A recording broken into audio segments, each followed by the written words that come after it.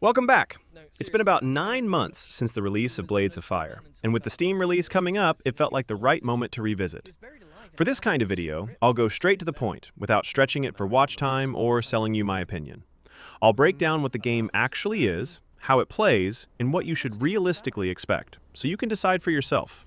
In short, Blades of Fire is a single-player action-adventure focused on combat and weapon forging.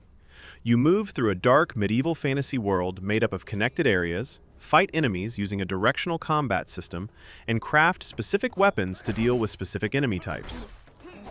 Combat is structured and methodical. You are not mashing attacks, you are choosing where to strike. Enemies have different armor types on different body parts, so you aim for heads, torsos, or limbs depending on the situation. Attacks come in three forms: slashing, stabbing, and bludgeoning, and using the wrong type against the wrong armor does not work. Each attack direction is mapped to a single face button. Head hits stagger enemies.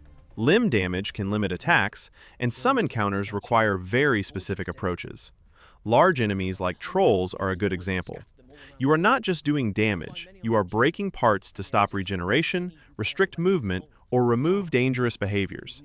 Because of that, this is not a Souls-like. You do have stamina, but it's far more forgiving. You can regain stamina simply by blocking, and the game isn't built around harsh punishment or memorizing attack patterns. The emphasis is on preparation and precision, not endurance tests.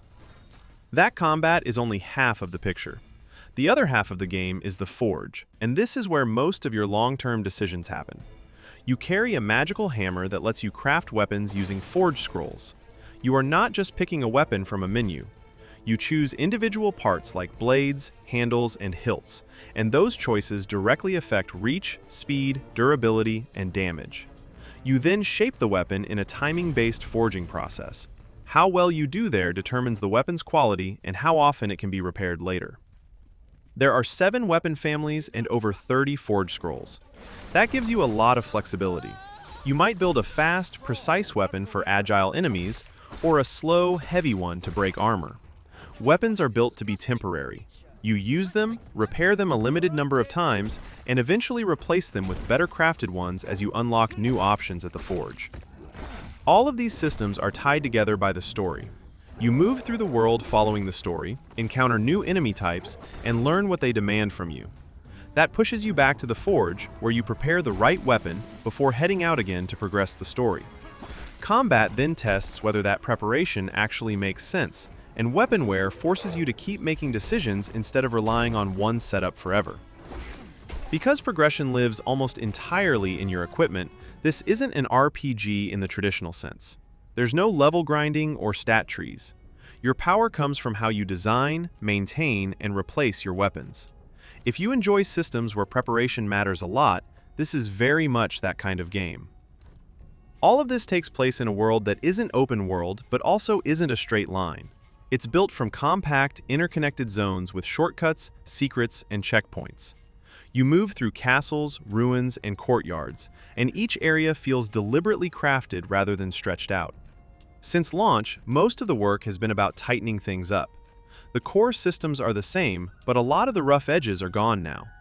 Camera behavior is more stable, the UI reads better, and a few progression blockers that could trip you up early on have been cleaned up. So if you tried it near launch and something just felt off, this version is simply easier to live with. A few practical things before I will wrap this up. This is a AA game. Expect some jank. Animations aren't always perfect, and a few interactions can feel a bit rough around the edges. Death also has consequences. When you die, you drop your weapon where you fell, and most enemies respawn. Recovery runs can be tense, especially if the weapon you dropped is the one you need to get past enemies. So to wrap it up, Blades of Fire is a single-player action-adventure built around directional combat, weapon degradation, and deep forging systems. It is not a Souls-like, not an RPG, and not a power fantasy.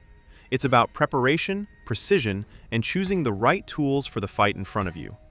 If that sounds like what you're looking for, you now know exactly what the game is. That was it. If you like videos that don't waste your time, consider liking and subscribing. Thanks for watching.